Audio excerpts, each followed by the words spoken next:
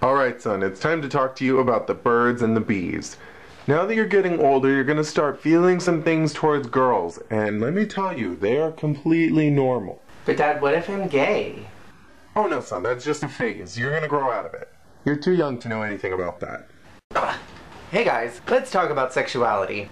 I talked in a previous video about how there's a serious lack of sexual education in America. I don't know how it is in other countries. And a part of that is just really bad communication on what sexuality is. My sex talk was awkward. When my dad told me about sex and everything, he brought me to Olive Garden because his mindset was he wanted to make me comfortable and he wanted to have a safe place for me to be able to dialogue with him. And while that was all great in theory, I feel like it almost made me more uncomfortable because it was like, okay, I'm in a room full of people who I don't know. I've got the tour of Italy in front of me, and I just don't want to be hearing about vaginas right now. I couldn't run away. I couldn't go to my room if I didn't want to hear anything.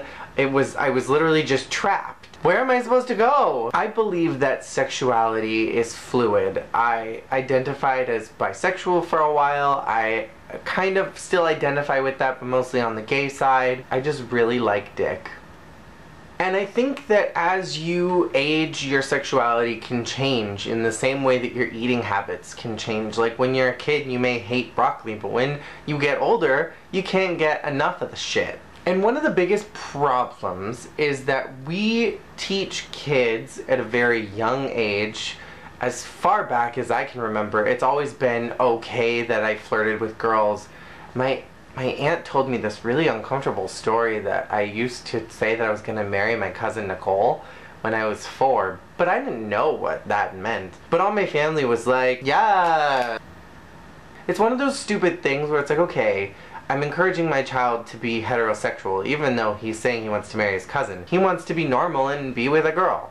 And like, I remember being in like elementary school and boys being mean to girls was seen as like a sign of flirtation. But if two guys were too friendly with each other, or if two girls are too friendly with each other, then it's just like, oh, they're really good friends. And then when people do say that they're gay, or they say that they're bi, or whatever they happen to be, it's just a phase. I was in a phase of being straight for like 18 years and I got over that. Just because you don't fit into like what's normal doesn't mean that you're going through a phase. Going through a phase is liking Hannah Montana. A phase is when you go goth in junior high because everybody else is into other things.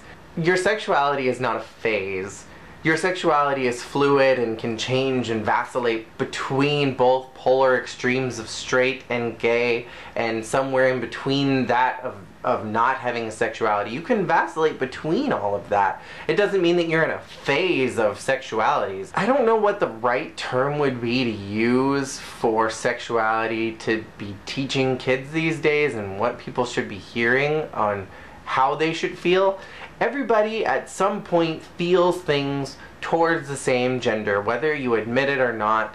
You feel things towards them, you feel things towards the opposite gender, because your mind is trying to decide who you're going to be. Your personality is forming, you're developing over your lifespan, and over your early years you have questions and thoughts like, am I into this, am I into that?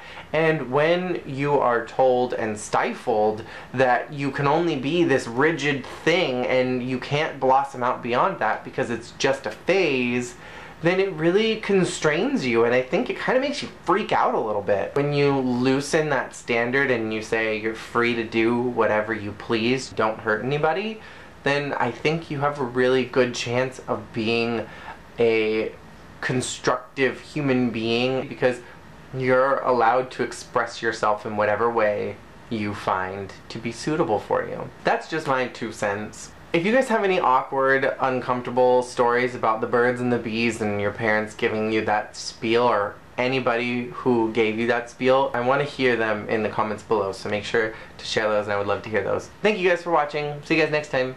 Bye.